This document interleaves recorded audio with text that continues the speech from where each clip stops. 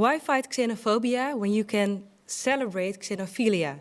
In this series, 4 migrant writers that call themselves the Xenophiles explore contemporary themes with each other and with you, the audience. And today we will dive into Utopias. Welcome at the Balie.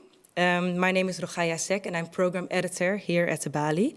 And I want to introduce you to Omol Chatterjee, Richard de Nooy, Vampa Sharif, and Julie Phillips over there, the Xenophiles. And we also have a guest writer, Jingjing Li, over there. And before you can introduce yourself a little bit more, I would like to, we also have a fly here.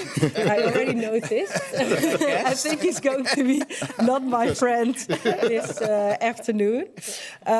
So I give the word to you, Omol. What are we going to do here in this series, Xenophiles? Okay, what we're going to be doing is we're exploring ideas of inclusion, where we're trying to bring voices together. So we have our ideas, and we're going to. So what we will be doing today is each of the writers will read a short piece, which is intended to prompt conversation, and we'll have a conversation. The conversation is with the other people at the table, but very much with the people around. So everybody here is invited to join in and to comment on these ideas, and we hope through this to broaden our understanding both of the ideas that are presented and of each other. So that's the way we will proceed. Okay. And would you also like to introduce yourself furthermore? Okay, so I'm Omol Chatterjee. I'm of Indian and Sri Lankan origin, and I've lived in a number of places. And I arguably live in a number of places because I live both. I still do that. I live here, but I also spend a lot of time working in the UK and retain strong connections with other places. So you could call me dislocated or diverse, and I'm perfectly happy with that. Both, actually, or unlocated. Thank you. Vampa. Yes, Vampa Sharif, born in Liberia, grew up in Kuwait, lived in Jordan and Syria, and moved to the Netherlands as a refugee, went to school here, wrote novels, and lecturer of African literature at Leiden University. Yes. And why do you call yourself a xenophile? Perhaps because I have lived in many places, speak many languages, and felt a migrant in all those places where I lived. And yes, also in the Netherlands. I think migration is always associated with negativity, especially in the West. So we want to celebrate being different, being migrants, being, who we are. Thanks. Richard? Richard de Nooy. I grew up in South Africa. I was born in the Netherlands, and I came back to the Netherlands when I was 20. And so I've been here for quite a long time. I studied journalism in South Africa and psychology in the Netherlands, and then I actually started writing, translating as well. So I combined those two. And I've joined the group because after 35 years of living in the Netherlands and speaking Dutch like a Dutch person, I still feel that I am connected with migrant and people who come from elsewhere. And I love the idea of the Xenophiles celebrating the original, the unique, and everything that is, that is special about, which is part of literature as well, and art and culture, I think, in many ways, is to celebrate all that is unique. And so it's wonderful to be part of this group and to, to be able to do that here. Yeah, and before I go to you, I want to go to New York. Julie Phillips. I'm a writer, which makes me, I think, a natural xenophile. I think that writing is xenophilia of the imagination. But I moved from New York to Amsterdam almost 30 years ago. And I'm currently in New York to work on a biography of the science fiction writer Ursula K. Le Guin, who was a great writer about utopias. So this is, to me, an absolutely, utterly fascinating topic, how to combine xenophilia with that kind of great vision of Oscar. Thank you. And Jing, when you were invited, why would you like to join us today? Well, because my friend, Omal, asked me to. I'm doing her a big favor.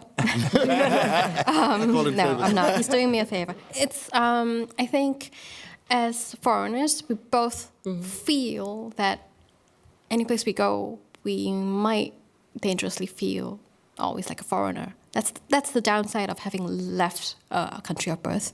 I'm from Singapore, and I left in 2006. I've lived in the UK, I lived in Germany, hated it.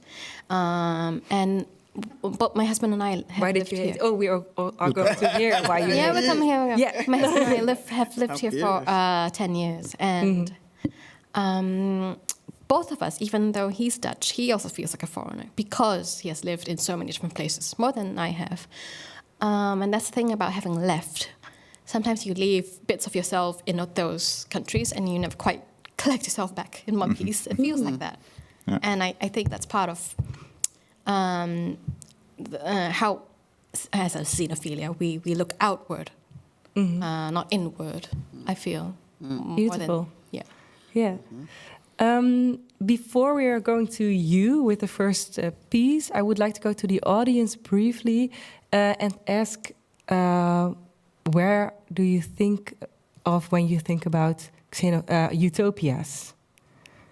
So I'm going to wait for a moment, and then I'm going to take this mic and walk towards this side. Utopias. Utopias. Yeah, you put me on the spot. As the first one to say something here. Do you believe that utopia is possible? That there's a. That's what I was going to say. Yeah. I'm not sure if it is possible. I've lived in many countries before. I'm Dutch. I came back about a year ago, and am widely misunderstood when I say I miss the countries I've lived before. And there's like, well, why did you come back then? It's like, okay. Yes, so I'm not sure if it exists. Yeah. Thank you. And on this side? Maybe the Caribbean, because it's so extremely mixed. But I also don't really believe in utopia, more in protopia.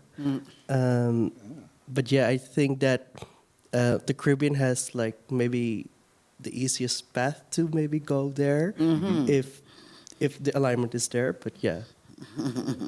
Thank you. Is there someone else who would like to say something about utopias? Okay, I'm going to pick you then. I would say it's like any other good paradox. So it's going to help us propel to a certain better understanding of where we are now and potentially find a new space.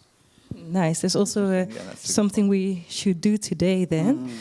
Yeah, I want to ask you to read your piece.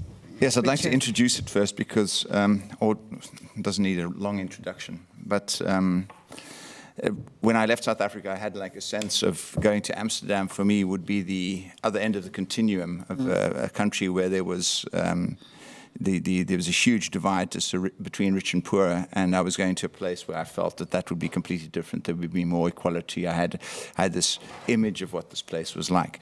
So the story is like what it was really like for me when I arrived. So that's what it starts with. Utopia is fucking freezing, and the no-smoking policy is strict. The polar wind reaches up from under the bus, sliding its icy fingers rudely into my denim jacket, tweaking my nipples. Overhead, the sharp clacking of wedding ring on window pane catches my ear. An elderly woman with a church hairdo points at her watch. You are in Europa. The arse end of the Benelux, to be precise. All discount travelers from South Africa are condemned to crawl up the rectum of Lux through the intestines of B into the promised land of N, where the free city of Amsterdam awaits. On our way, we drop off unlucky souls condemned to spend their lives in Brussels, Antwerp, Breda, and Utrecht. They toil through knee-deep, coffee-colored sludge, dragging suitcases to waiting cars whose colors reflect the gunmetal sky overhead. Welcoming parties observe a strict no-hugging policy, with people pecking on either side of each other's heads like mating pigeons. The windows of the bus are veiled with sepia spray, adding a hazy vintage filter that takes every view back in time 40 years. We pass through a post-apocalyptic landscape with leafless sticks prodded into muddy snow, where the towns have names I know only from the Ardennes offensive. On the outskirts of Utrecht, we see a sad procession led by a marching band who have wrapped their bright uniforms in large grey coats like butterflies half trapped in their cocoons, blowing out their despair on brass instruments. Carnaval, snorts a seatmate. Triest. Utrecht is niet echt katholiek. This suggests that some other religion rules Utrecht and that I shall have to wait until we reach true Utopia to fully immerse myself in the unfettered atheist freeland of which I long boasted to my rapidly receding friends. It is 1986 and I have escaped. I will not have to shoot unarmed people and suffer the consequences. I will wear bright clothes and dance to loud music until a burly stranger sends me home. On arrival at the Amstel station, I recognized my step-grandma, whom I last saw when I was 12 or 13. She is surrounded by a pack of excited young people who she commands like hunting dogs. They surround me and backslap me towards my step-gran, who seems to stare through me as if she hopes the best is yet to come. Only then do I realize I will be spending my first weeks in Utopia with a woman who can hardly see. Dutifully, I peck at her cheeks, and she runs her hands briskly up and down my arms, digging her fingers suddenly into my biceps, sniffing with approval. The prime South African beef has passed the test.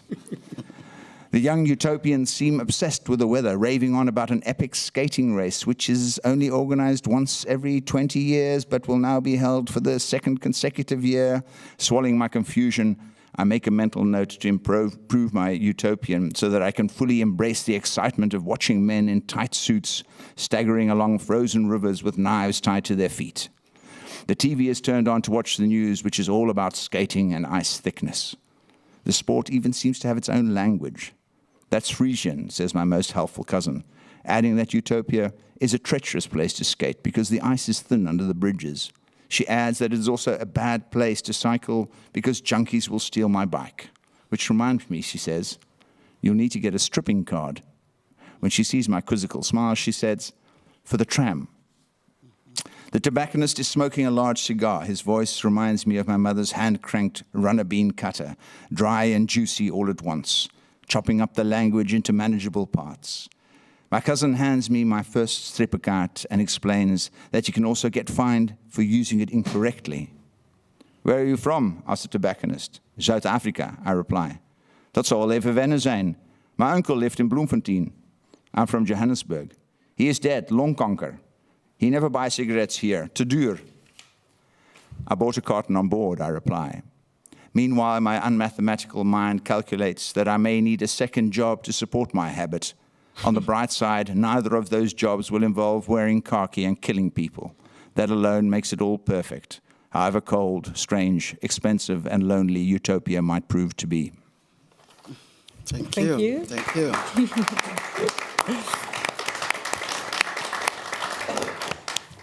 So, I remember. Yes. Go ahead. I remember the stripping card, Richard. Well, you remember you had to fold them, and you had those long ones which you used both sides. I think it was from 1 to 15 or something, and then like 2 or 3, and then push it under that machine, and then it was crazy, and that we've evolved from then to to the card that we now almost use. A Utopia kind of reality nowadays. Hard-based economy. Indeed. But my question to you is, the Utopia you arrived in alternate to the imagined. Has that survived? Well, in a sense, it has. I think I still love being in. Amsterdam, and I realize that it's a huge privilege to live here. And certainly, when I go back to South Africa and I go to other countries and I see how situations are there, I think often utopias, to my mind, is a sense of there's a question of contrast with where you come from and where you've gone to, and also the risks of staying in one place compared to the risks of staying in Amsterdam. So I think I still feel although a lot has changed, and I find economically that there's been a lot of change, I think there's still a sense of I'm still very glad I live here, and I'm very glad my children grow up here. I think somehow, we were discussing this previously, is where would you like your children to grow up, or where would you like your grandchildren to grow up? That's one of those questions as well, which, to my mind, I can't imagine them growing up anywhere else. I can imagine them going to places, but I think the fact that they live here and that they're allowed to, that they can move around and that they have the opportunity of living in a place like this is wonderful. So I think in that sense, there's still the shine of Utopia is still there for me. Well, maybe that has to do with habits. They don't know anywhere else but here. Yeah, right? yeah, and I think that they've been to South Africa because my family was still there, so they've also worked there and they've lived there. So I think they've, I think and from my perspective, I think it's very much having grown up in South Africa and having that contrast between when I was there, the fact, just that I would have to go into the army, and I was actually sort of in the army of apartheid and enforcing, a world that or a system which was terrible in many ways and every way. But was also the reason at that time that you left? Yes, I had to go into the army at that point when I was forced to become a South African. So it meant I had to go into the army, and I was 20 when I came back to the Netherlands. So I got called up a couple of times, and at that point, the army in South Africa was being used to basically suppress the uprising in the townships. So there was it was a really dangerous period, and I was really glad that I really felt that I'd escaped. I mean, coming to Amsterdam, to my mind, that was all compared to the horror of having to sort of go into the army, wear that uniform, and be forced to do all of these things. And I think that's the whole thing. Maybe to my mind, having choices and having opportunities to do something differently is one of the great.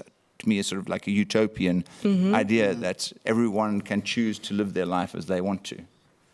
And there are many places, obviously, where it's even limited. Well, it's more limited than it is here, certainly. Yeah. Yes. And yes, I don't know if it's possible to ask another question, but you propose this theme in response to the elections. Yeah. Do you think we're capable of achieving this? Utopia in the light of. Well, I think this is the terrible thing, is that I think that what I noticed about in Dutch politics, I think for a long time, to my mind, is that it was always about really subtle things. I was accustomed to a system where, we were fighting racism, or people were fighting racism. They needed something to change, and that it was a totally undemocratic system. So to my mind, the Netherlands was always, a little bit this way, a little bit that way, but the movement that's taking place now is just so so extreme, and so and to my mind, there's a sense is that people are maybe no longer aware of what the society had achieved here, and that they've sort of become complacent in that way, and so I think that's and also I think this is the whole thing as well, is that if it's just about governance, so that's like a shift one way or the other in terms of where you're going to be spending the taxpayers' money, rather than actual political consequences of not allowing people in and not allowing people out, or being part of something or not being part of something. Those are far greater challenges, and I think Dutch voters are less accustomed to addressing those questions. So I think it's it's almost, I think this is the thing as well. I think they were less. It's almost as if in the past, political decisions had less consequences than they do now. If we have this new government coming in now, it'll have far more consequences and far more impact on people's lives than ever before. So. But I'm also wondering about politics, that it's more a right-wing thing to be positive about the Netherlands. Yeah. Is it something we... Yeah, I say we, but we as left-wing people. I don't know. Do we need to also claim that kind of nationality more, or? I think certainly claiming, to my mind, I think it's important to claim certain principles, certainly in terms of in terms of what you want. What you want your country to be, and I think you need to be outspoken about that as well. So I am outspoken about that, and I think in terms of I see that that things are changing, but the problem is always it's the extent to which. Even for us now, I mean, taking this decision to form this group and to be together like this is because I do feel that as writers, we need to take more of a center stage and to actually express ourselves and take a stand in certain things. And we can't just leave that to politicians to have that discussion and to have that in a sort of party political way. We need to sort of address it in a much more essential way in terms of what kind of principles do we want to uphold. Julie? Well, is a society that's set up for writers a society that's going to be good for everybody, or is it just a society that's going to be good for writers that gives everybody too much time to think? Yeah. Maybe someone else also would like to. I was just wondering if the audience would like to join in out here. People want to respond. Yeah. What is a society for writers? I don't know. Is it a society that's different from the society in which the rest of the world lives, or is a reality, of which we are a part and parcel? I don't know. Because I mean, it's a society, I would think, that's very open to new ideas and to travel and to crossing borders. And it's a very insecure society, too, in a certain way.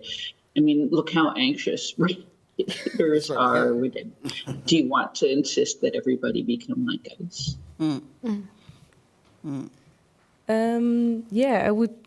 I want to take a look at the audience. Is there someone who wants to react on this piece before we go to the other one? Yeah. And maybe writers are trying too much for the perfect instead of the good. We have somebody from the audience? Yeah.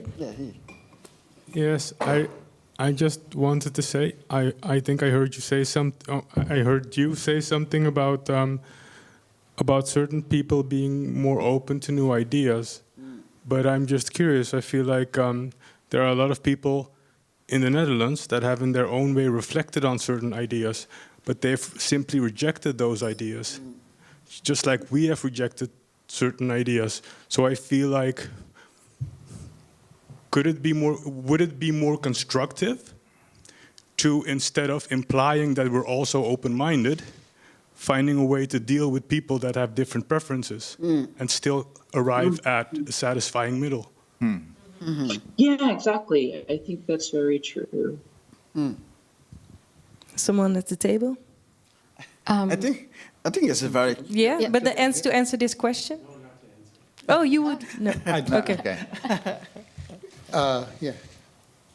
Yeah, I think this is the whole thing. I think that the problem arises, I think, when you get to the point where if you're trying to think in terms of changing a system to something like that, or to actually implement change. I think a lot of it has to do with the extent. That's where it becomes complicated. I think once the utopias have always been like this imaginary space which you inhabit, and you decide, okay, we might want to approach things differently and arrive at a different conclusion. But the funny thing is, actually, there's a piece in Thomas More's Utopia which I found, which is quite interesting to read in this sense, because this book was written, I think he finished it in 1516, so that's more than 500 years ago.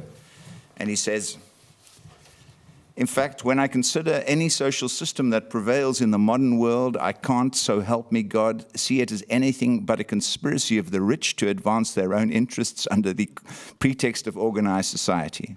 They think up all sorts of tricks and dodges, first for keeping safe their ill-gotten gains, and then for exploiting the poor by buying their labor as cheaply as possible. Once the rich have decided that these tricks and dodges shall be officially recognized by society, which includes the poor as well as the rich, they acquire the force of law. Thus, an unscrupulous minority is led by its insatiable greed to monopolize what would have been enough to supply the needs of the whole population. And yet, how much happier even these people would be in Utopia. there, with the simultaneous abolition of money and the passion for money, how many other social problems have been solved, how many crimes eradicated. So, I mean, this was 500 years ago, and this man is sort of thinking about the same kinds of things that we still struggle with today, with a small group of people who are who have a huge amount of power, and in terms of the way they can steer the world, and they can the difference is he was beheaded for his ideas, and we can sit here and we can discuss. So we've made some progress, I think.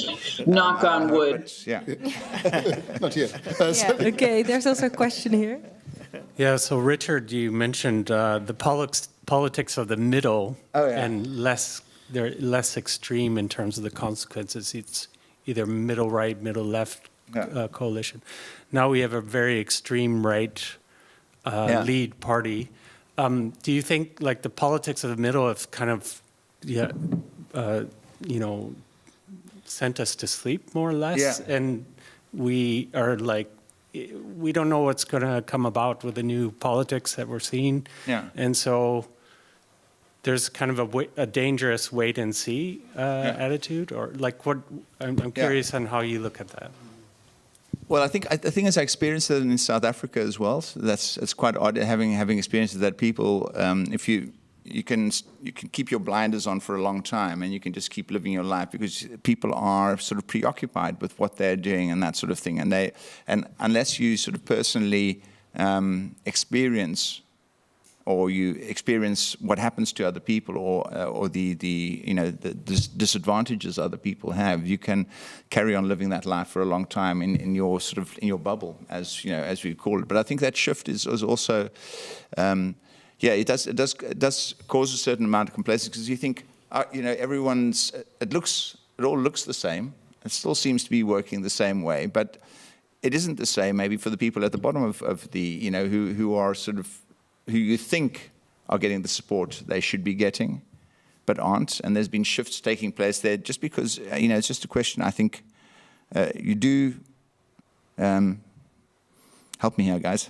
It's the question of sort of being withdrawn completely into your own life and not having to think about politics, which is actually quite a pleasant thing. It's because I think politics for some is, and to my mind, it was always a question of crisis as well in South Africa. The idea is if you're always in the middle, always discussing things, always at the point where you're raising topics and discussing those topics with people who don't want to discuss or have a completely alternative viewpoint, that's really tiring. It's one of the reasons I came to the Netherlands, because I didn't want to be constantly discussing all of those topics, because I always felt there was a need for me to address that or to respond. So if people made racist remarks, I felt that I needed to say something about it. So that becomes like a really active political standpoint you take in, but it has huge consequences socially as well. So I think in terms of just summing it up, I think we do need to become more aware about those things. I think it's important that we are more aware of the consequences of what new policies will have for other people, and I think too many people are unaware of that, and they don't experience that because they don't know people in those situations. So I think that's yeah. Yeah, what seems small to us, or minor shifts, can have much longer knock-on effects for people. Yeah. Or perhaps they are aware, but they don't care. Yeah. That's the danger. Yeah. Yes. But I think Thanks. Yeah, but do you have to care all the time? That's what Richard's saying. It's exhausting to care all the time. Yeah. Thank you. I want to go to the second piece of Jingjing Li. Go ahead. Okay. Have you ever watched the movie The Truman Show? Those who haven't, and I'm looking at the younger people in the audience, the titular character Truman is the unwitting star of his own reality TV series. From the moment of his birth, every second of his life is broadcast to the outside world, and every interaction with everyone around him is scripted. Truman is the only non-actor in his universe, thus his name, True Man, Truman. The only way to leave Sea Haven, or the television studio, is to cross the false boundary of water. To prevent him from doing so, they staged a scene where his father had a sailing accident and drowned in front of him when he was a child. Fear keeps Truman trapped until his last act in the movie.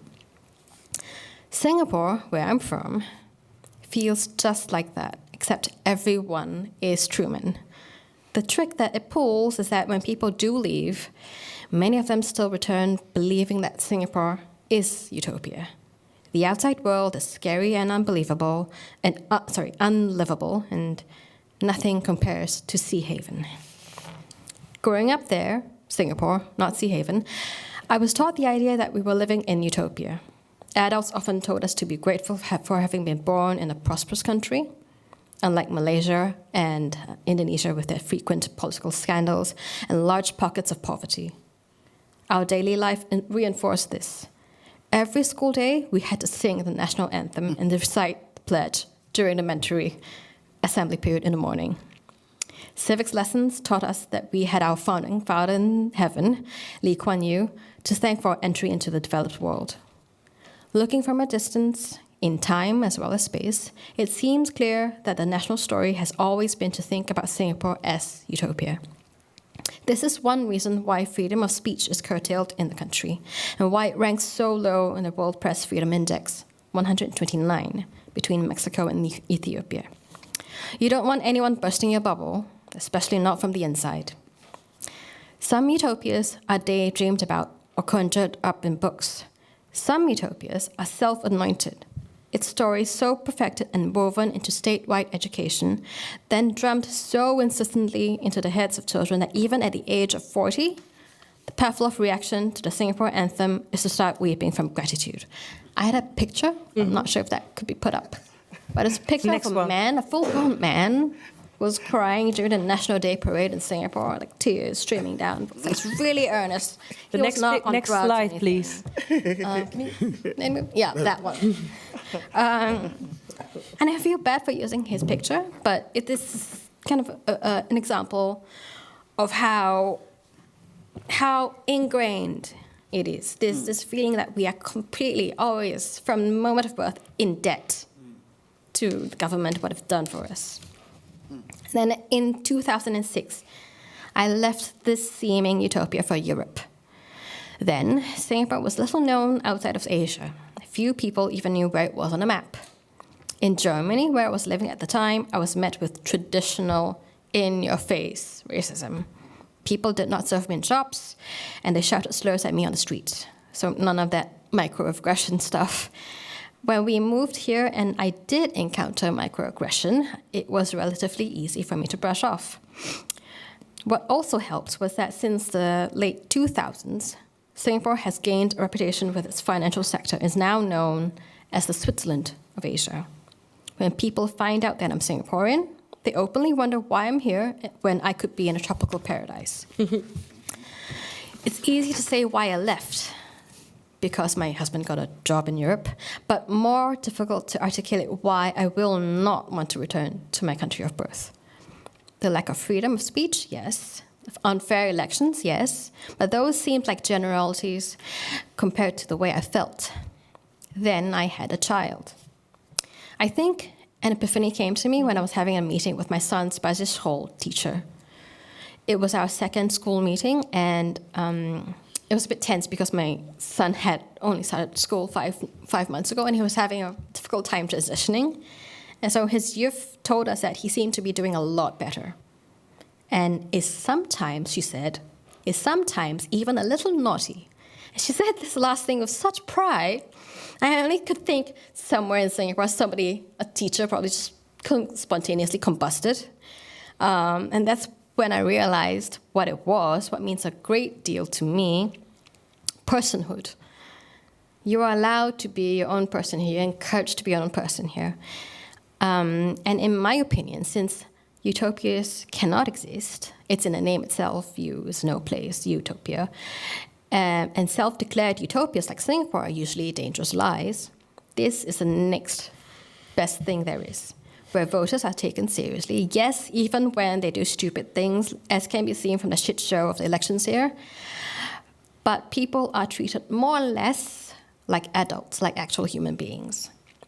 I'm going to end my monologue with a joke taken from an interview with a Chinese immigrant who crossed the Darien Gap, this notorious trek to seek asylum in the US. So somebody says, why did you go to the United States? Somebody asks a Chinese immigrant, aren't you satisfied with your pay, your benefits, and your life? The immigrant responds, yes, I'm satisfied. But in the US, I will be allowed to say that I'm not satisfied. Thanks.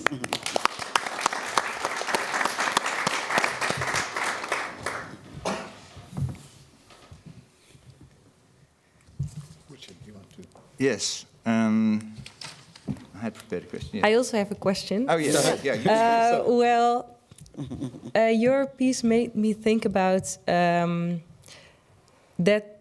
I don't think, well, utopia exists because you always have to give something up. So what? Because you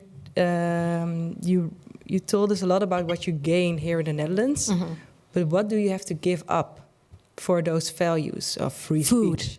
Food. Absolutely. Like really good Singaporean Southeast Asian food. I don't know. It's hard to say because the thing is I don't have a really strong connection with my family. And people would say, family, that's a big thing for a lot of people who move across continents. It's yeah, but that's maybe more a personal thing. Yeah. It's not like a societal thing. No, I think if you talk about society, Yeah. what someone would give up when they move here. Yeah, because I think the government of Singapore, they are thinking they are building a utopia. So it's someone's ideal place that they're trying to build. It's so on what values is Singapore based that they think that people should live? Like values that people... Paradise. Singapore prides itself on being a meritocracy, and I think the lie is in the very idea of meritocracy. And people say that about the US as well. As long as you work hard, you can get where you want to. You can American dream, and same thing. Singapore, the Singaporean dream, and you have in Singapore. The dream was that you have your 5 C's. You have a car, you have a credit card, condominium. I forgot what else. Because I'm not in that mind. I'm not in that zone anymore. I'm thinking like that. And it's usually the idea that as a Singaporean, it's a utopia because you're safe. You are living in a prosperous country. There's very low crime. You are safe from natural disasters as well because it's an island that's sheltered by Malaysia as well as Indonesia. So all the really bad things go to them, not us. So we're safe. We're great. You were born here. You take it because. I mean, in a sense, it's true because I grew up after Singapore had done its hard work after all the developing, and we were in a country where there were toilets in our homes. My parents would constantly talk about how they had to walk, half an hour to school and blah blah blah, and it's. So they tell you things like, you have to be grateful because we've done the hard work for you. All you have to do is listen to us and pay attention in school, listen to us and do what you're told. That's the main message. You work hard and you do your best. That's it. And the thing about saying something like that, and of course I'm generalizing, not every parent is like this, but the government and Singapore Parenthood there are huge parallels because the way the government treats its people is it's basically authoritarian, and that's how Singapore kids are treated. Like when I was 17, routinely a teacher tell people, "You're a waste of space." And I mean, looking back, it was a harmful, abusive thing to say to kids who are probably depressed, like going through a lot of hormonal changes. Yeah, And she did not suffer any consequences whatsoever. She would make people cry routinely, and that was okay. Same thing with the government. It's all right because I have your best interests at heart. And the thing is, it's a tropical. We don't think of it as a tropical paradise because people are constantly complaining about the heat, obviously. But you're here and you're given everything you have. What more do you want? It's always you're not told to think what else could be out there. This is it.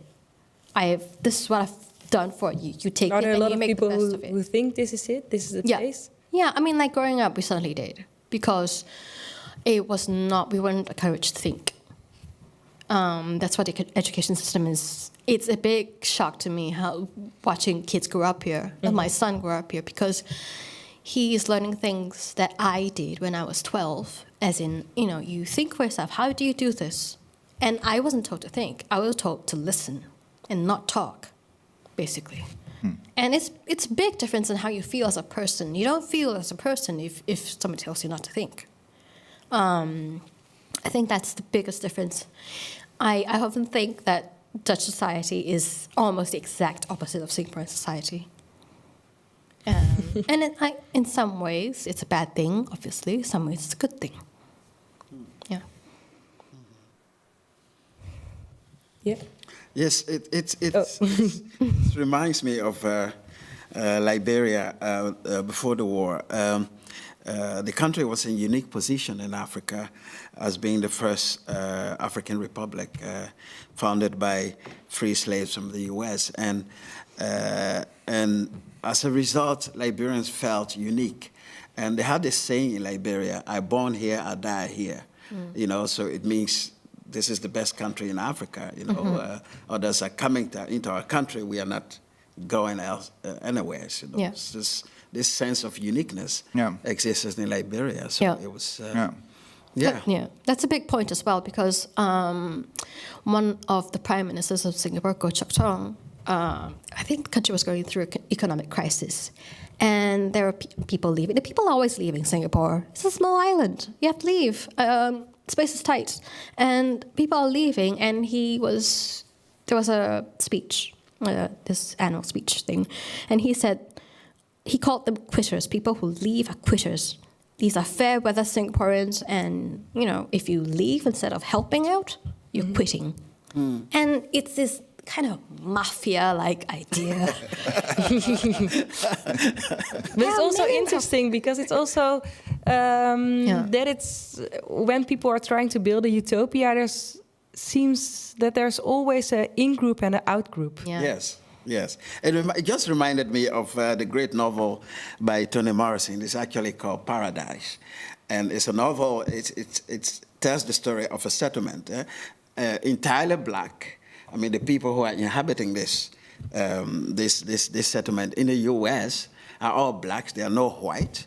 So the novel begins with the death of a white woman, and so there is this dream by black people to create this paradise for them, where there were no prejudice, where there was no slavery, and that's what the novel is about. And it's very special that the title of the novel is Paradise. Just thought of it. Yeah.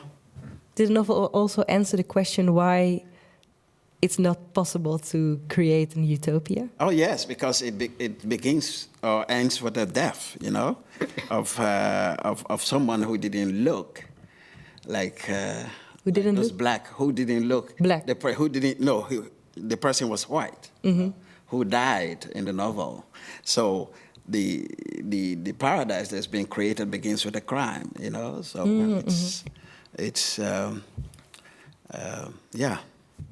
Yeah. I'm going to the audience, and I also looking at you in the meantime because you. Yeah, I thought you were. I think we covered it. We covered it in one of the. It was a question about where would you want your grandchildren to grow up. I think that's one of those. I think that's quite an interesting question for the audience as well, because it's also an idea of what kind of place have you visited where you felt that it was like a utopia, that you had a sense of belonging, or a sense that you felt fully comfortable with the world that was there, in the sense that you. Yeah, that's also maybe a good thing to do, to not ask the audience if they have questions for you guys, but ask them a question. Yeah. So we already heard the Netherlands, the Caribbean.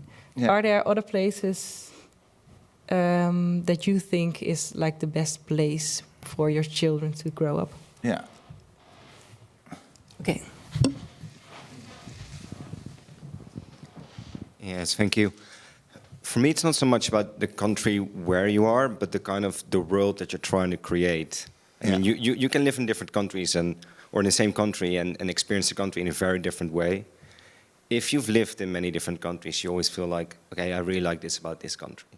You know, in Spain, you know, how people have a thirst for life, or, you know, in the Netherlands, how things are organized in a sometimes perfect manner. You can recreate that yourself. You can take rituals, ideas, and then try to create your own kind of utopian place, recognizing that there are shortcomings, but yeah, just trying to mix different things that you like and all put them together. What just came to my mind was the idea of that in many places that expats live in compounds, and a lot of those compounds are like estates, and they're all built on the same sort of basis. It's a safe space with a wall around it, and it's almost like a little utopian spot you've got there where you can go and exercise, and you live with like-minded people or people who are equally rich or in the same sort of situation. So that sort of idea of a utopian compound, that just sort of, you know, and that's almost the same in many different countries, I think. Yeah. You know, intentional communities. Yeah, it's almost it's almost like golf courses are the same everywhere.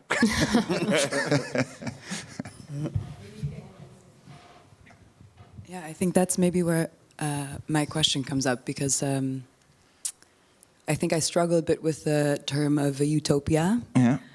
To me, the term utopia always implied a bit of something dystopic, like, and then the question of like, where would you want your grandchildren to grow up? Somehow, grandchildren seems more intuitive to me than children, but maybe I'll just skip that step somehow. I've lived in places where I think many people in the world would believe them to be utopias, and I don't. Okay. And, why don't you think they're utopias? I've lived in the US. Okay, yeah. And then I lived in Switzerland, and now I live here. Yeah. So I don't really know if the goal of utopia would be it. I think I see a lot of value in what you said, that maybe there are places to live, to see your children or your grandchildren grow up where they learn values that you think will be very useful for them in their life. And I think being naughty is a really great example for that. But I'm not sure. Like, I don't know if maybe someone else has a better descriptor of like what a utopia could be, really. But for me, I'm not really sure if I even really want that to exist. I think before, I don't want to throw it into a huge conversation, but before we were talking about politics and political participation and how maybe participation is something where you need friction for people to also be passionate about things and invest and want to sit at the same table and speak about things. What would we speak about if, we would live in that dystopian world in a way? Or maybe I'm misunderstanding. Maybe now's a better point. No.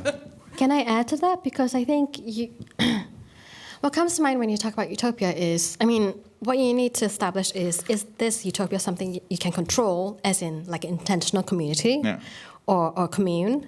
Because some of these communes, they have things that they are trying to achieve, like absolutely achieve, because there are zero emission communes and people who really want to keep themselves away from the grid, almost completely off grid.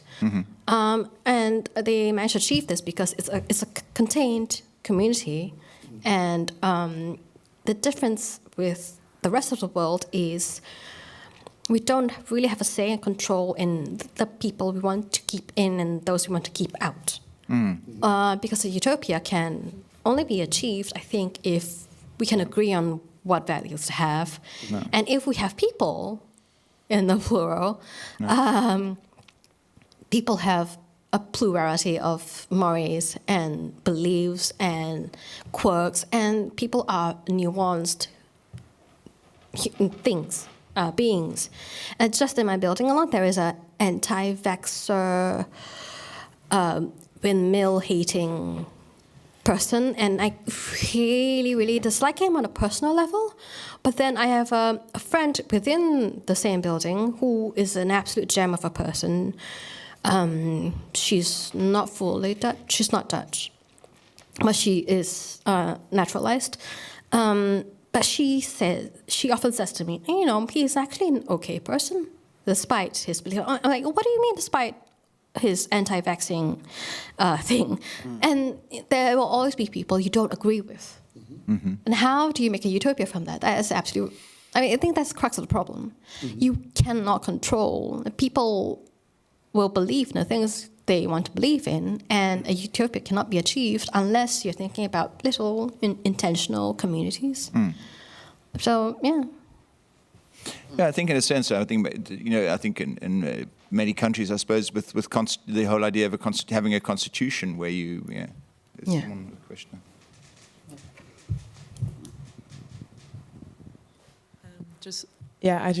What you just said, also what you said, just also makes me think that when we speak about utopias, there's also an element of being a very homogenous group. And I think when you, Richard, were speaking about leaving South Africa, South Africa was other people's utopia, just as much as in Hitler's Nazi Germany was a utopia for certain people. Yeah. So I think there's definitely also a big flip side to imagining that concept and how dangerous it could be as well. Something that this conversation is making me wonder is what sustains these utopias outside of the utopias, because and I mean, yes, you can say the Netherlands is quite close to one, but it's like if we think globally also, what sustains it in some places that creates dystopian situations elsewhere. Maybe like working towards less utopian, but less dystopian elsewhere would make also the weight of where do you want your grandchildren to live less severe, less of a matter of life and death in some places. Yeah, it's interesting because the idea of utopias is often exclusionary, but you also brought in another point there, which is the idea that the utopias are often built on the exploitation of others. I mean, in the Netherlands, we can only be utopian because we have a system that is dependent on these multinational corporations that are bleeding the rest of the world. I mean, we've got Shell and all this. This is a fact. We live in this in these ways. We have great wealth. I mean, having grown up in India, I've seen this. You move across them and you realize that it's not that simple. That is not to say that one place is better than the other, but utopias have these. They have a dark heart and they have the dark bases at different levels. I mean, we've so far been talking largely about the darkness in terms of this sort of thought control in some ways. It can't deal with it, but they often have, and that's where it starts. I mean, that's one of the problems. And that's why why we decided to talk about utopias rather than dystopias, because our feeling was, looking at the elections, is like, this is dystopian. Yeah. Where do we go from here? And that's why, that's why. I think that's an interesting thing, maybe even for the audience to sort of bear in mind, the idea of what would be at the top of your list in terms of a utopian place. What is the thing that that comes to mind, or? We're going to come back to the audience later on with that question. Before we go to Vamba, I think I want to go to Julie. Maybe you want to add something? Yeah, I was going to say that one of Le Guin's most famous short stories is about a utopia that is, you're free to imagine it in any way you like. You're free to make it the most perfect society you can think of. And then you discover that the society is dependent on the bottomless suffering of one child. One person must suffer so that everybody else can be joyful. And most people are willing to accept that, the story says, and some people walk away. And no one knows where they're going, but it's their choice. And the story itself, if you teach that to high school kids, is the beginning for a lot of them of thinking about social justice. It's the beginning of thinking, wait, at whose cost is my perfect world coming? Do I have a perfect world? And could it be even more deeply changed? And I think it's the idea of utopia that becomes the motor for thinking about everything that you you're responsible for in creating society that matters to you. Yeah, interesting. Yeah, let's go to the next piece. Thank you, Julie. In the Dutch mythology, there's a land called Kokanje, where the inhabitants don't have to work and where they relish everything they desire. The land of Kokanje is their Utopia. Sometimes it is called Luie Lekkerland. We'll be talking about that Luie Lekkerland today because in every culture, every civilization, there is a longing for such a place. Some call it paradise. My own experience of Utopia happened during my childhood. I was a child of great imagination. I would dream I was a pilot, a prince of a great realm, or a man in love with the most beautiful woman in the world. The world of books and dreams were my reality. During a family visit with my grandmother from Liberia to the neighboring country, Guinea, I had a remarkable experience with the concept of Utopia or paradise. One day, I went with the son of our host to the family farm. During the long trek, the young man turned out to be a great storyteller. One of the stories he told me was of paradise. Ladies and gentlemen, the young man described a world to me so vivid, so real, that I began to long for it with all my heart. I could see myself lifting a hand towards the tree with delicious fruits, and the tree bending towards me and letting me pluck the fruits. Whenever I was thirsty, a stream would sprout before me, and I would savor the most refreshing drink I've ever had.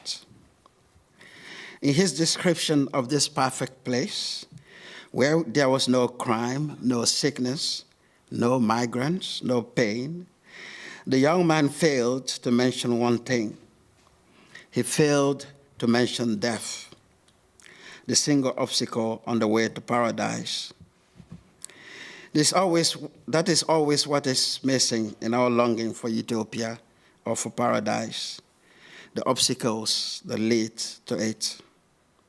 That's why perhaps Utopia is found in the imagination, because in our longing for it, we tend to neglect the efforts needed to create such a society, the sacrifices, the pain we must endure, the pain we must inflict on others. The Dutch, who are the most traveled of people on earth, have chosen a party that is against migration with the hope that they will all end up in the land of Kokanje, where all the housing problems will be solved, where they will not have to work and will lie around all day enjoying life, where they will have no migrants. They envision a utopia free of the very people, free of the very people from the places to which they once migrated in large numbers and colonized, and where they are still exploiting the world. But the reality is that we are dependent on each other. Our world cannot function without that dependency. What if the once colonized people were to decide to send back the Dutch who still live on their soils? What kind of Utopia would this country turn out to be? A place with a tsunami of migrants, the real tsunami and not an imaginary one? A place full of Xenophiles? Here's how I envision Utopia based on my own experience.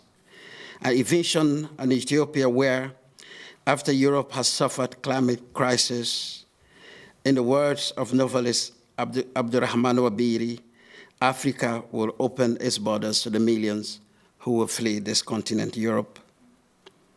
Have you all noticed that my Utopia is based on science, that it is not pseudo-religious or mere philosophical exercise, that in fact what I've sketched here might actually come to pass? My Utopia is Africa at the center of the world, as it's always been. Thank you.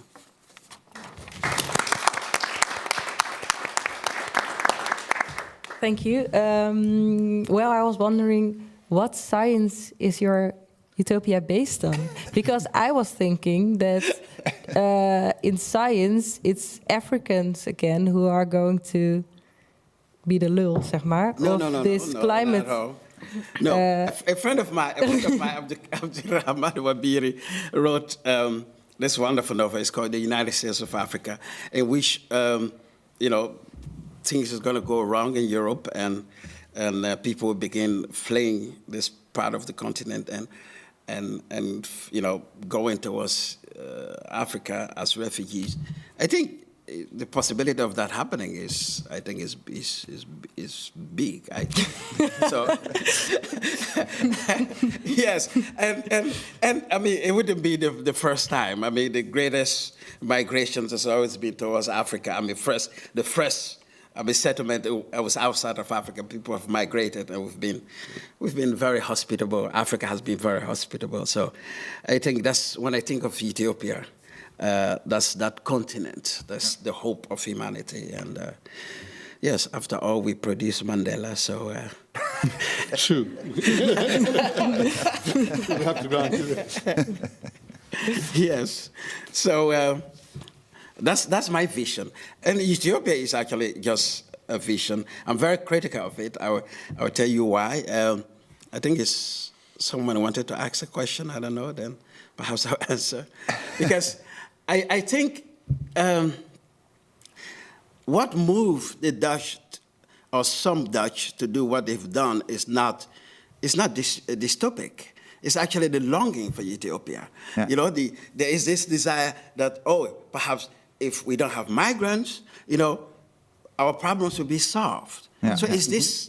So they are. Yeah. It's actually the longing for that Utopia is what moved these people to vote for this. For this populist. Yeah. Yes. So that's my take on this. So I'm very critical that the longing for Utopia can lead to so many dangerous, terrible things for humanity. Yeah. So perhaps we should be very careful in how we long for that Utopia. Perhaps we should be very modest even. Yeah. Perhaps just get glimpses of it. Just take a small part of that longing and turn it into reality. Mm-hmm. It should not be the driving force for all of us. No. Yeah, so funnily enough, your idea of everyone returning to Africa or becoming a place of refuge, in 2017 I wrote a short story about that, it was 20 years of South African democracy, and they asked what Africa would be like South Africa would be like 20 years from now. So that was in 2037 then. Mm-hmm. So I wrote a story about my daughter coming from the Netherlands, having hijacked 2 planes and going to South Africa and being interviewed about the fact that why she had come there and why she wanted to stay in South Africa. And her reason being that I'd published a couple of novels there and that she had the right to stay there. So it was quite that's sort of the idea of moving away. I mean, we discussed this recently as well about the idea of,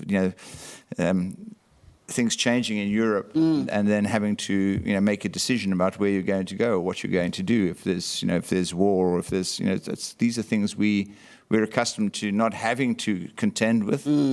But once you do, then that's the idea of moving. Where would you go? I mean, this is the question of what and to what extent would you expect that place to comply with your expectations? So I think that's what colonialism was in many ways as well, that sense of going there and almost imposing an entire system on another place without actually realizing that the land van Kokanje is already there in the sense that it's already being created. There's already a sense of calm and the moment you start imposing something and making that system almost more and more complicated and having imposing all sorts of hierarchies on that system, then it becomes then I think it becomes less utopian in that sense. And the idea of arriving in a sort of almost a paradisical desert island kind of situation. When I was buying books for the I came across Robinson Crusoe, and I thought, oh, actually, that is like a sort of utopian idea that you go there and you arrive there, and this place is habitable. You can build something new there. That Tabula rasa. Yeah, exactly. Yeah, exactly. That's and in many ways also that the needs are sort of based on a less complicated system in a sense. And I think that's one of the things that fascinates me as well is the sense that we now have a generation growing up in the Netherlands who are going to have to make do with less, maybe. So for a long time we always said, oh, consumerism and that sort of thing. But we're now moving towards a system where people are realizing that that is an untenable system. The whole world wants that, and all of these other communities and economies want that, then that's going to be untenable. So that I find fascinating, that seem to be sort of necessarily regressing to something more manageable.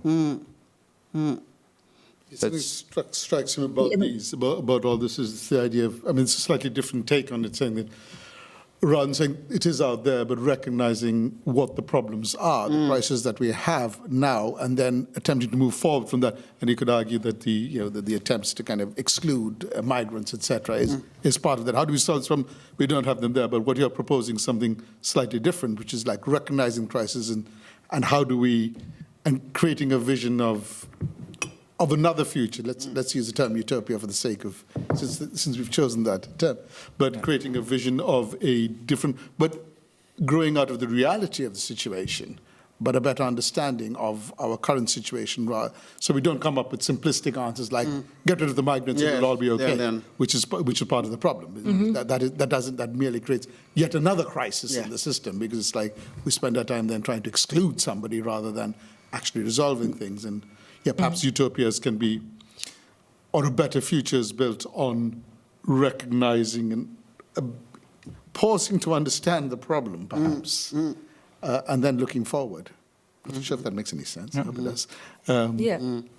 Looking at the audience again. Your thing about...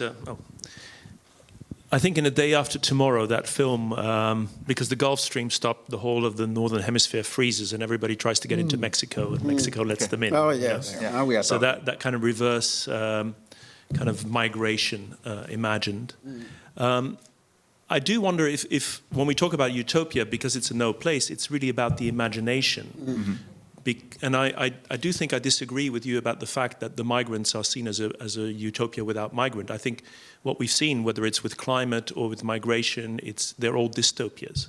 So what wins votes is to say these people are going to come to take your job, this is going to collapse. Fear is what drives this. And so from a left-wing perspective, if you want to say that, what is the positive message that we send? What future do we want to build, even if we think we'll never get there? Do we see a positivity in climate? Do we see a positivity in social justice? Do we see a positivity in economic thing on a global level? Because I think I like utopias, but one of the things I found is the most potent utopias have been very right-wing.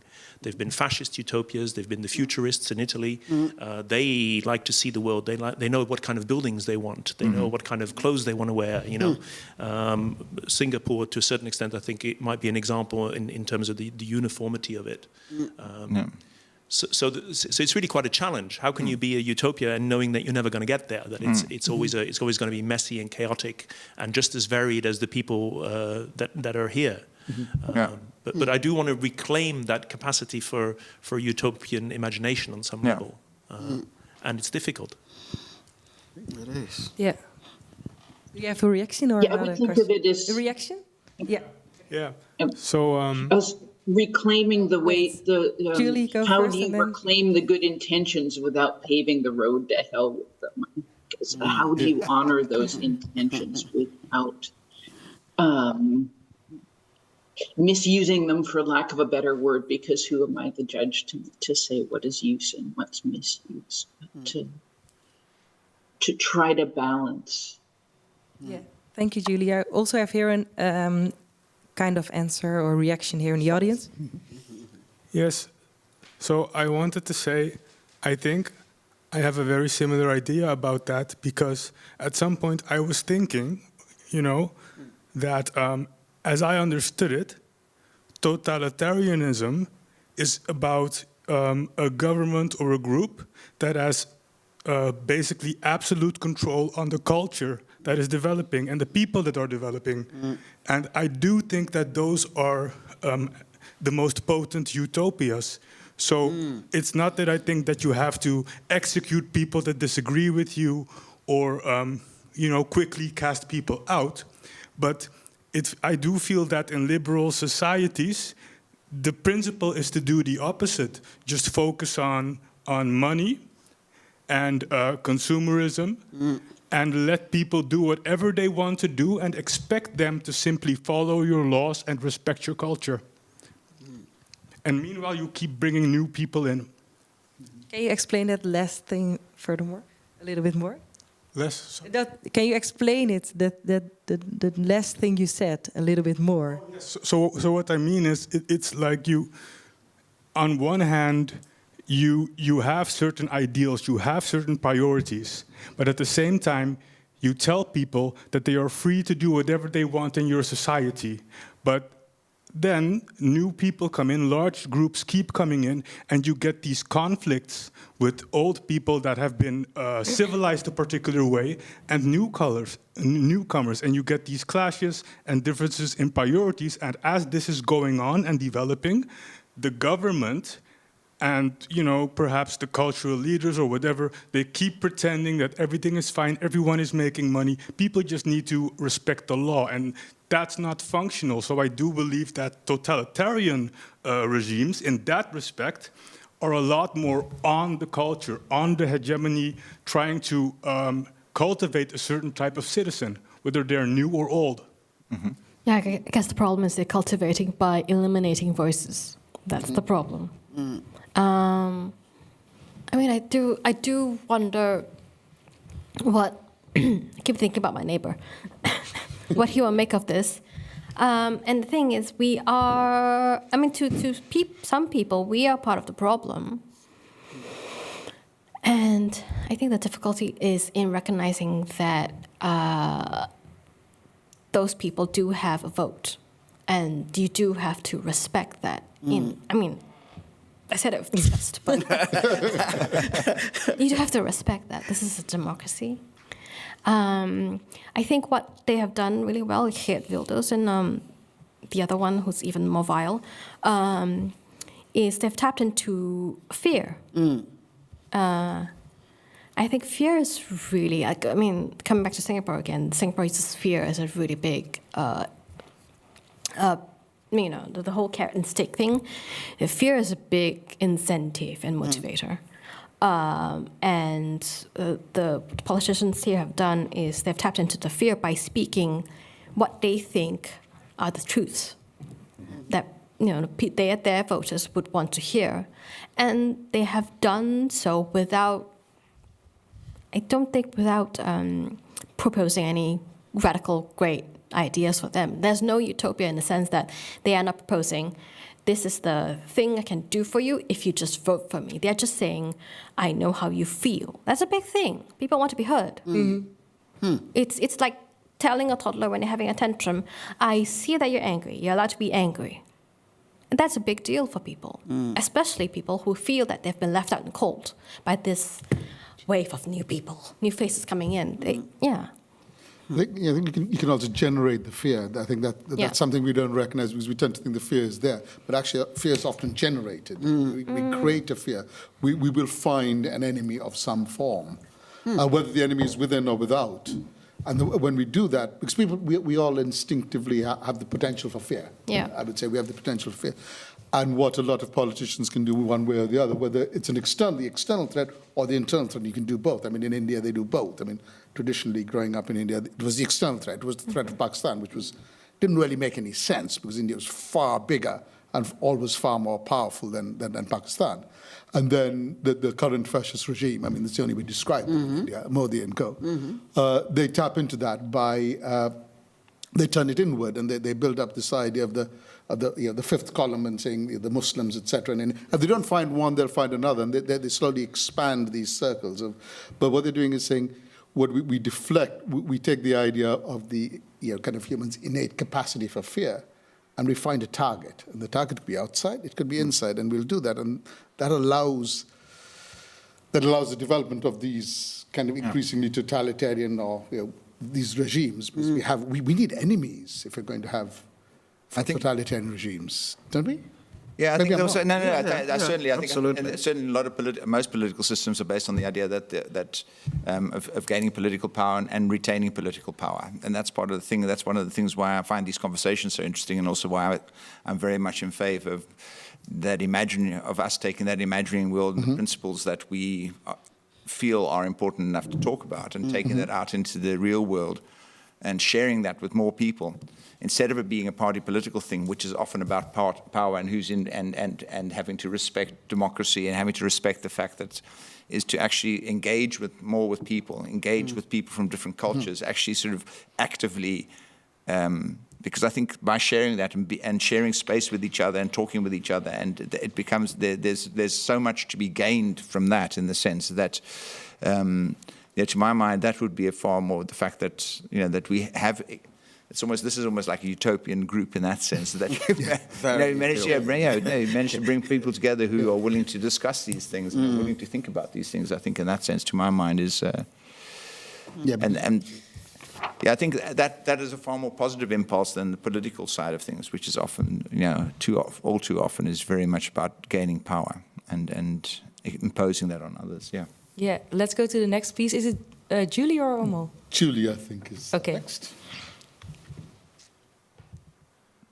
Yes. Julie, you're up next. You're up to read. Yes, and I think it's very true that this is a utopian room, a utopian space, a utopian time. Just talking about utopia is a utopian act.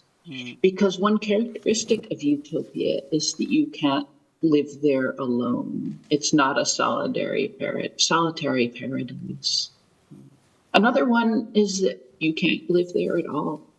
In the words of the writer Ursula K. Le Guin, utopia is uninhabitable. As soon as we reach it, it ceases to be utopia. And this is bad news for a xenophile. The story of nearly every utopia includes impassable barriers or strictly guarded frontiers, keeping out war the enemies, the other who doesn't understand. As we've said, the Pay-Fifay voter who wants to close the border may be a better utopian thinker than we are. And I have my doubts about his counterpart on the left, too, the GroenLinkser, who wants to make my world smaller by banning travel by plane. So here I am. I'm in temporary quarters in another city. I'm a utopian, as you would say in Frisian, a utopian away from home, wondering what utopia can be to a xenophile. What am I to do about the boundaries? Who's allowed to cross? Who's allowed to stay?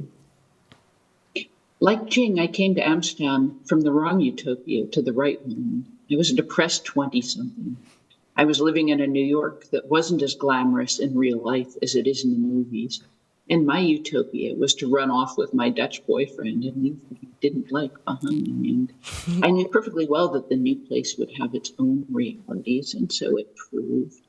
But just as the medieval La Lekkerland is a dream born of medieval famine, my modern Netherlands was and still is a dream born of what wasn't possible in the harder society of America, what wasn't going on in New York, maybe most of all the lonely truth that I would never, if I'd stayed here, be able to afford to have a family. If utopia is ever to come, Ursula Le Guin said, it must exist already. It can be only be made from the pieces of what we already have. The imperfect society I've been so privileged to live in has been in part pieces of it. An important piece of it has been home. It's been living with my partner in a house we can afford, in a country whose children, according to statistics, are the happiest in the world. And I've seen politicians in the last 2 decades dismantle that utopia, dismantle affordable housing, dismantle neighborhoods where we knew each other and knew each other across class boundaries, dismantle childcare, make education unaffordable. And I think that a borderless utopia would not only have to include all of those things, but would include understanding the value of those things. It's not place. It's a process. It's a way of thinking. It's a way of thinking together about what we value. And that's a process of the imagination. The only gate that crosses the high walls around Utopia, that crosses that border, that imaginary border, is the imagination. And I believe that beyond it, there is a road that we can travel together. I think there are imaginary gates to Utopia in Amsterdam, magic gates. You don't always notice, you don't always see them, but they're there. One of them is a little public artwork whose official name is Grenspaal. And I think there might be a photo of it to post. Next image. Here we go. Yes. It marks a dividing line between two visions, an active, hard utopia on one side and a utopia of place and home and history on the other. It marks the spot where 50 years ago, the highway that would have run right through the Newmarket route was stopped, where the bicycle vanquished a car, houses defeated the economy, time defeated money. It's made of bits of ornaments from demolished buildings, and it stands on a pedestal inscribed with a short poem by Jacob Israel Daan. Daan was a Xenophile. He was a traveler. He was murdered in 1924 in British Palestine for warning against the dream of a closed society. You might know his words from another magic gateway to Utopia, the Homo Monument, where he speaks of his longing for friendship. The poem on the Grenspaal reads, "Niet Amsterdam vaak zei Jeruzalem en naar Jeruzalem gedreven kwam. Hij zegt met een mijmerende stem, Amsterdam, Amsterdam." Like the monument, his words invite me to cross a boundary, the one that rejects utopian places in favor of the process that belongs to the writer and the xenophile, of going through the gate, of getting there by being here.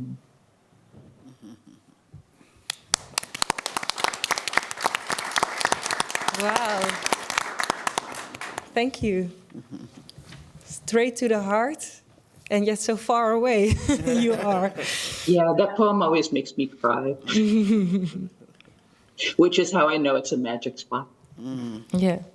I was wondering, because you said the word borderless utopia. I wrote that down too. Yeah, that's because I thought we already decided that utopia has to be like an in-group and an out-group, and there's... So, yeah, I'm really confused about that. It's a terrible paradox, isn't it? Yeah. But how can we xenophiles not talk about a borderless utopia? How can we not long for that, even though it puts us right into this paradox? Yeah, wonderful. Mm-hmm. And I like how you talk about the process, right? It is so it's not getting there, but moving towards Utopia. I like that. Yeah. It's about how we walk that road. It's about how we cross that gate. Yeah. So it's not just about the journey; it's about actually the movement of it, the actions that we perform. Yes. Yeah, which is interesting. Because all of a sudden, it's the journey, but you're suggesting it's about how we do that. Yeah. It reminds me of Cavafy's famous poem, right? Ithaca. It's about the journey to Ithaca, not getting there. Yes. So. The more reactions. Some reactions from the audience. One moment. Very, very inspiring. So I just wanted to share something while listening to all of you. Remembering the Italo Calvino's Invisible Cities. Mm-hmm. So the story is like, some guys are thinking, who is building these new things? And some guys are thinking, when are the new things going to end? And what is very interesting is that when you take the border away of the city and think that this is going to be all over the world, that actually utopia is a continuous sort of, when we label Switzerland as utopian, we know that we got to bring a change.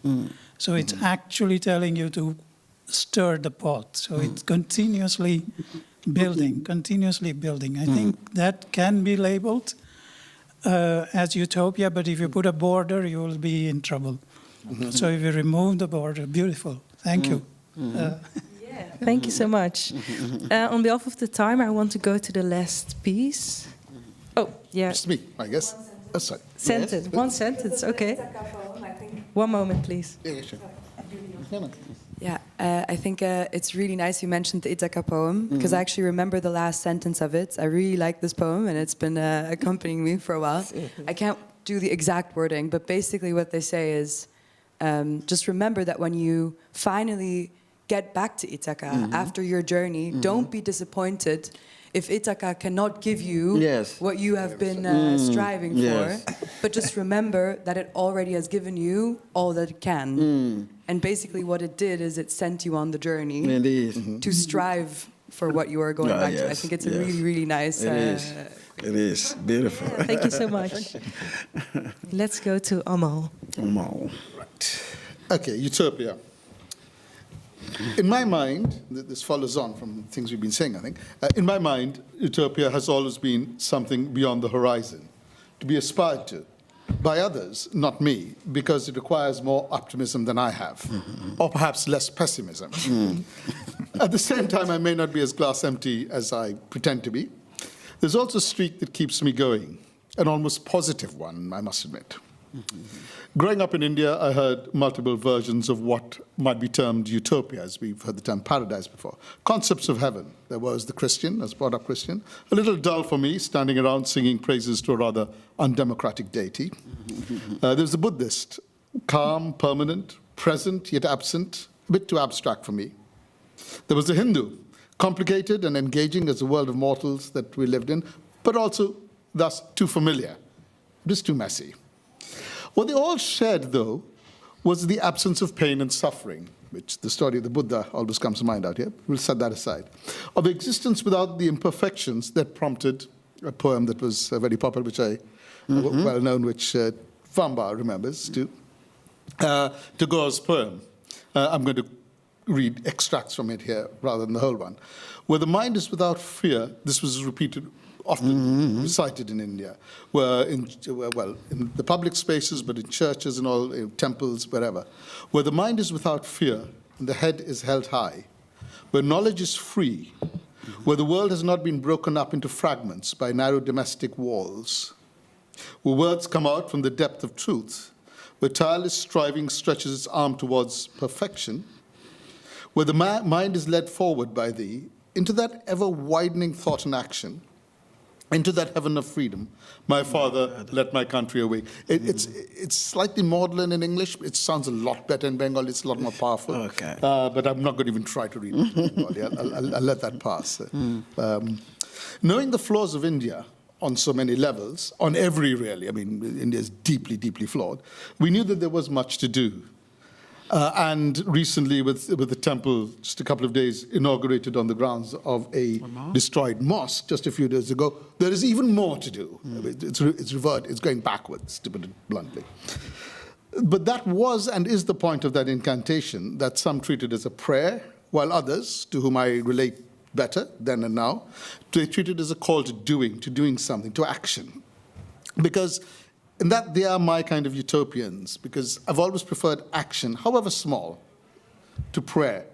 Because it's worth it. There's always promise. There was promise when I saw the first flag of Bangladesh. I was growing up in Calcutta, and the war happened, and the first flag of Bangladesh was raised. I was 6 years old going to school, and I saw it. And we saw the pain around it. We saw the refugees. In the first flag of Bangladesh, I saw a new nation born in pain, but urgent with promise. It was belief in promise that drew me and everybody together. I was only 10 or 11 at the time, to protest against or to go out against Indira Gandhi's assault on democracy, the emergency when lots of things happened which should not have happened. There was hope when I moved to Britain in voting against Thatcher. We just kept losing, but they kept voting. But there was promise. There was always hope. There was promise, and that did wear off when they were finally voted out, when the Tories were finally voted out in 1997. There was aspiration and hope and promise when I went to live in Barcelona, near Barcelona in Catalonia, in the concept of the Olympics coming to Barcelona. I'm giving away my age, I think. There was promise in Lula being voted in Brazil. There was promise, I remember returning to Scotland just after the Scottish devolution, in the marches, also in the marches against the wars. There's always promise in these things. Most of these things, they haven't gotten anywhere in some ways, you could argue. But there's always promise in these things, in the songs, the words and actions. In all of them, there's an aspiration to make things better. And in that sense, they're utopian in their own way. Moving to the Netherlands, which I'd been warned, and I knew from experience, I'd been back and forth, which was consumed with the self-delusion of its neo-utopianism, I found, to my relief, pockets of resistance, spaces and moments of dissidence. So here too, amid complacency and self-congratulation, I found imagination and vision. People looking forward towards better, utopians again. And despite the gathering clouds, which hang low and close now, some of what they dreamed of has borne fruit. Not grand, not vast, but still change, incremental, transformational. Words that sting have been set aside.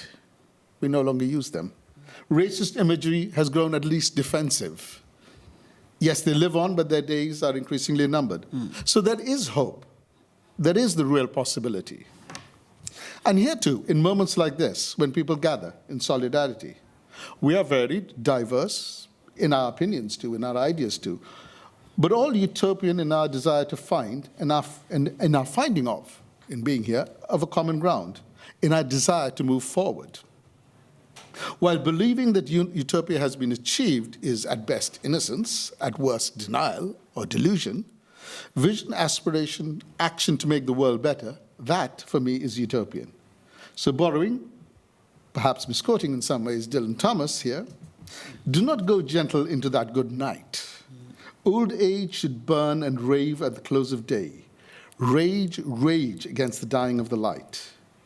Because rage at what should not be, is belief in the possibility of utopia.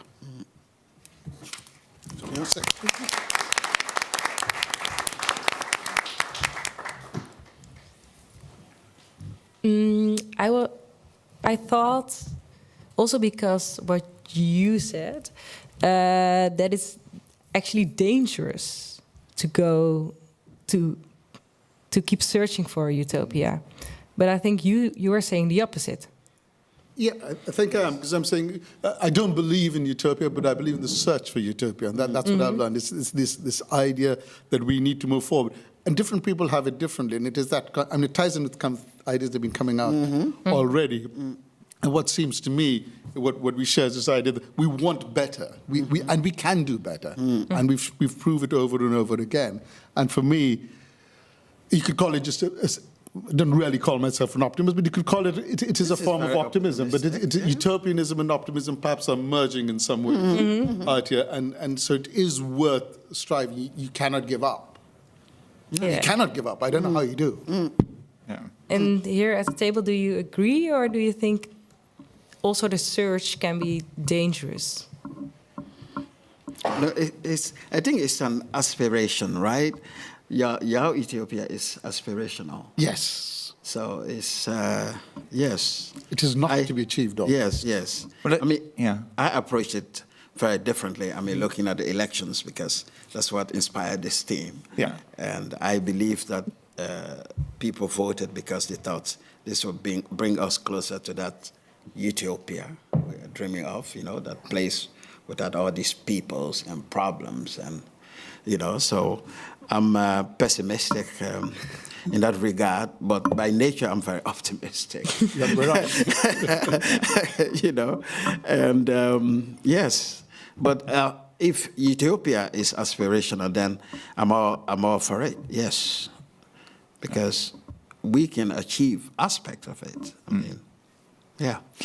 Well, I think one of the great tragedies seems to be is that there's a sense of regression, that things had been achieved and there was a kind of position we were in, and there seems to be, that things regressing back to some darker age and things which are, it's almost like you have to fight the same struggle over and over again, which you sometimes hear from sort of the hippie generation, people who struggled for and are coming back now and going out there and fighting for the same things all over again. So I think in that sense, the hope is also one of, I don't know, to my mind, it has to do with not necessarily wanting utopia for yourself, but wanting the best for other people, in the sense of that you want to not necessarily impose your idea of utopia on others, but you want to grant others the freedom that you have. I think, to my mind, that is, as long as you're operating from that point of view and that you realize that freedom may be something completely different to someone else,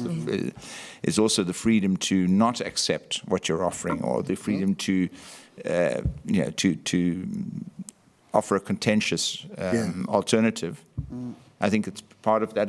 That should be part of that system. At least to my mind, what a utopia should be is that you're likely to encounter people who won't agree with you. But ultimately, the idea is to ensure that everyone has access to the same freedoms and rights, and those things. I think it's important in a sense as well to keep reiterating those principles, really basic principles. So I once read a fantastic story. It was by Andre Brinken. I'm not sure if he was referencing, I tried to find it, but I'm not sure if he was referencing something else, but he had the idea of human rights being based on something as simple as comparing us to a stone. And a stone is dead, and so our right should be, as a human, is to live. And we also move, so we should have the right to move. And we have a need for sustenance and learning and growth, and we should have the right. So almost bringing it back to something really simple, in the sense of that is what our society should be about. Those are the things we should aspire to in that sense. Instead of, the more complicated you make it, the more the chances are that people aren't going to be on board with that idea of what rights and freedoms. Julie? Yes? I was going to say that if you have a really radical imagination, a really ecologically radical imagination, you would grant the same rights to stones and to mountains to exist. Exactly. Yes. And to other, take it a step further. beings. I would like to go for the last time, take a look at the audience. Nothing to say? Okay. Then I want to round it up. And also you brought some books. Yes. Can you explain? I forgot to bring my books. Oh, Amon. I ran out of books, so I think Richard will. Can you explain? Yeah, I'll explain.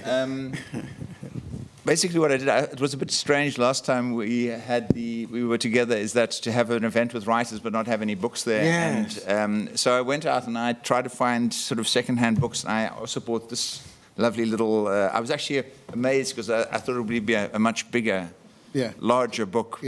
But it's actually a very compact book, and I found a lot of other stuff as well. Feel free to go and have a look what's there. There's also some books, Jingboard books. I've got a couple of books on the table. Feel free to take them with you. There's a card attached if you want to make a donation to the Xenophiles so that we can organize more events like this. Please do. We're also sticking around afterwards for drinks, so if you'd like to stay and chat with us, that's fantastic. Or with each other. Oh, with each other. You can ignore us. Probably a good idea. Don't encourage us. Or with the people who came out of the other hall. Yes. So, and then, and last time we also went out, had sort of dinner together. So if you stick around and would like to join us, feel free to discuss and be with us. And Yeah, no, I think it's also good to say that we want to have like a place to also experiment a little bit. So if people would like to bring their own stories next time, that's also possible. And then you can write me an email. You can find it on the website. Indeed. Yes, Xenophiles will continue. This is not. Yes. These aren't just two events. No. Do you already know what the theme will be next time? Well, we haven't actually we had a couple of ideas. Yes. We had sort of I think you mentioned just now, we had the idea of the Dutch being the original immigrants or migrants and going all over the world, and what other migrants come to the Netherlands can learn from them. Don't colonize us. But we've also got the food one, which I keep flooding. It's not only about the okra, which yes. I mean, I keep coming back to food. Indeed. What I forgot to mention as well, there's lists on the table for email addresses. So because we want to sort of build a community and keep inviting people back, and it would be great to see people coming back, and we'd like to keep you informed. So if you could leave your email addresses, that would be fantastic. There's lists on the table. So thanks everyone for coming and for contributing. It was I enjoyed it. Yeah, indeed, very fascinating to hear all these different. And I'm going home with a lot of more questions about Utopia and dystopias, because they're always together. Yeah. So thank you for being here, and thank you for watching, and we will see you next time.